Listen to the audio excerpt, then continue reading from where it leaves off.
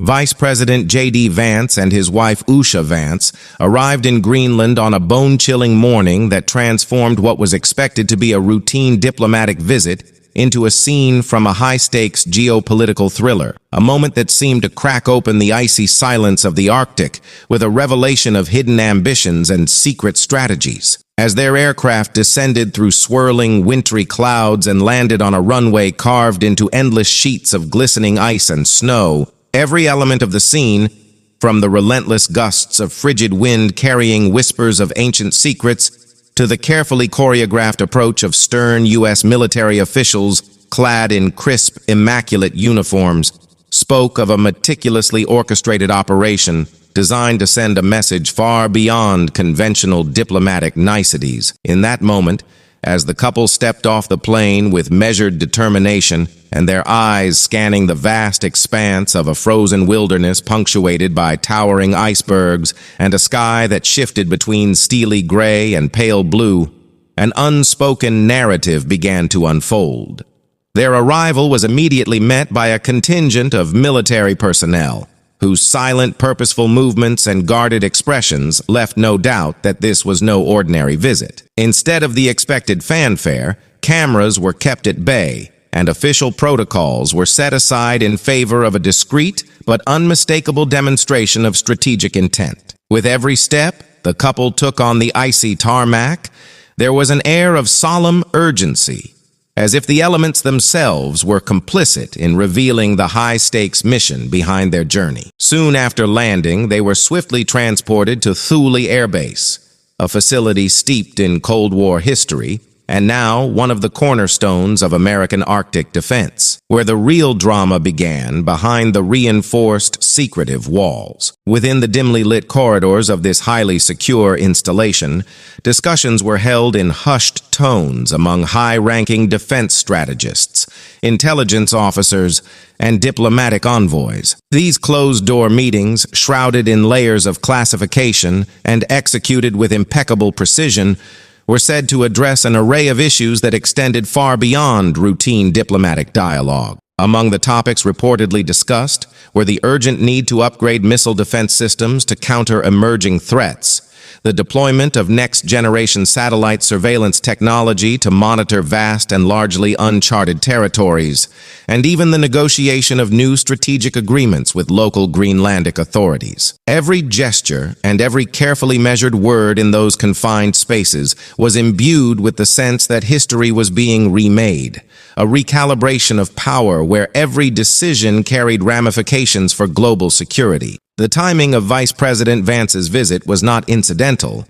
Rather, it was widely speculated among experts and insiders that his personal presence in such a remote, hostile environment was intended to reassert U.S. influence in the Arctic at a moment when global rivalries were intensifying. With climate change accelerating at an unprecedented pace, the ancient glaciers were melting to reveal untapped reserves of oil, gas, and rare minerals, while new maritime routes emerged, promising to transform global trade dynamics.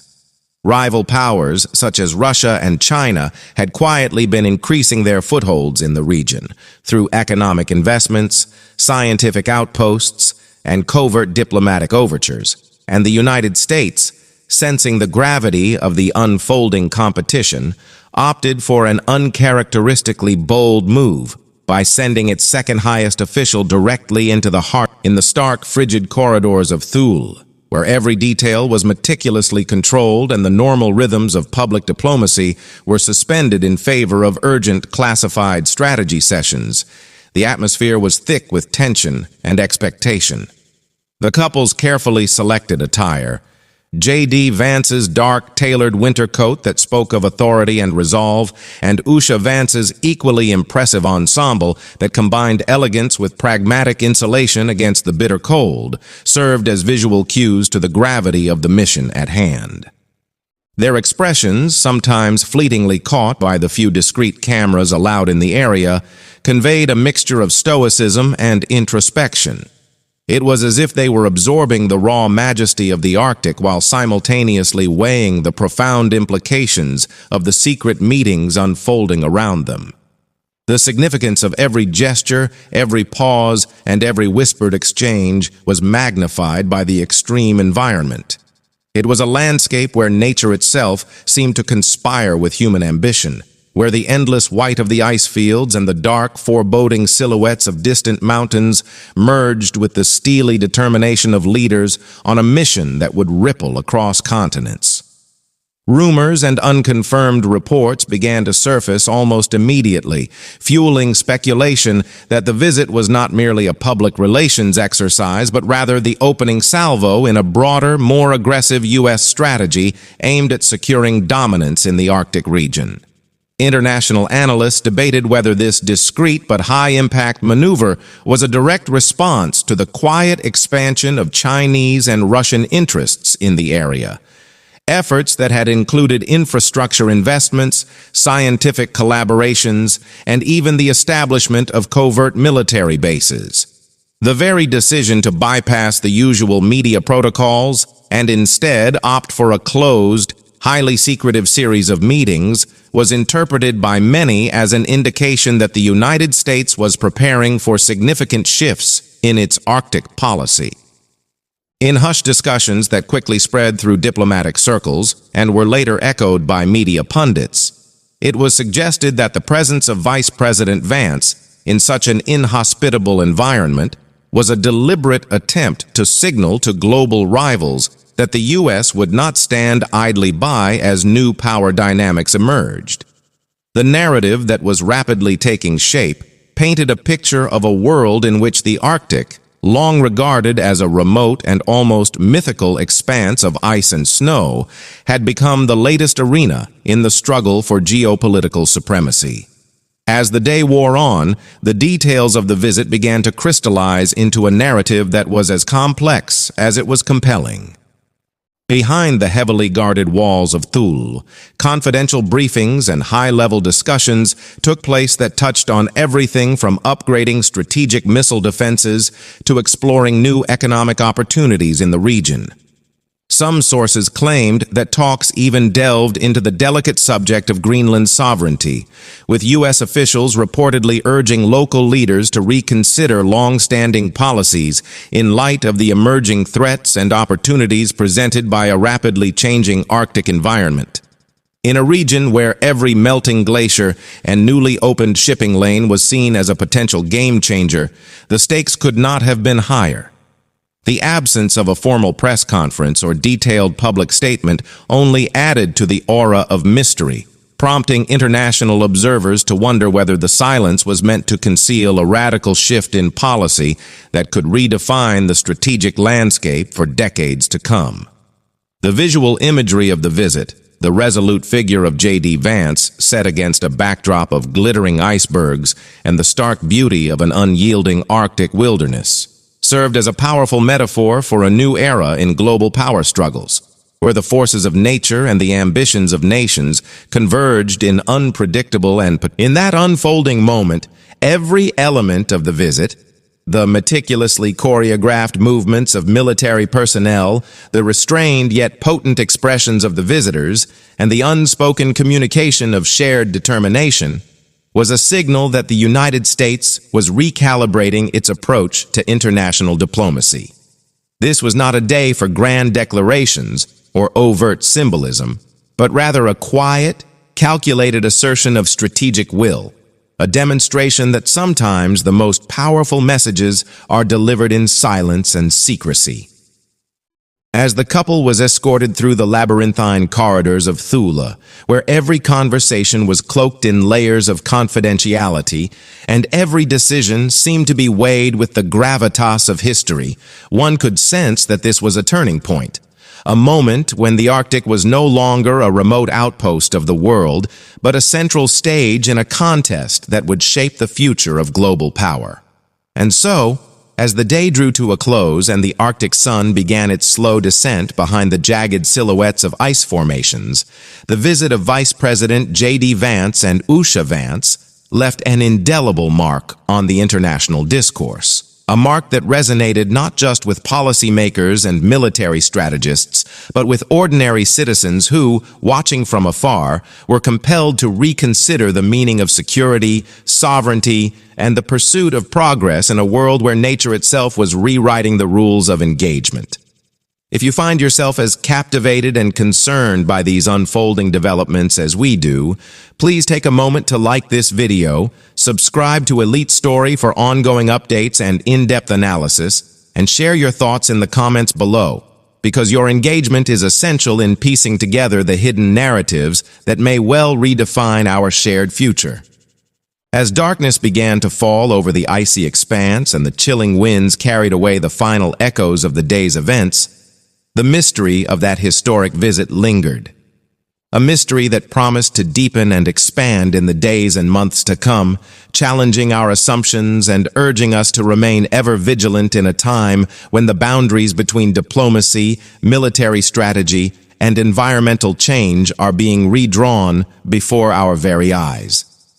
In the wake of that historic visit, as the international community scrambled to understand its implications and the global conversation pivoted to the strategic significance of the Arctic, a new chapter in the unfolding saga began to emerge. A chapter that transformed the quiet majesty of Greenland into a battleground for ideas, ambitions, and the relentless pursuit of national security. The departure of Vice President Vance and his wife from Thule Air Base did not signal the end of the story.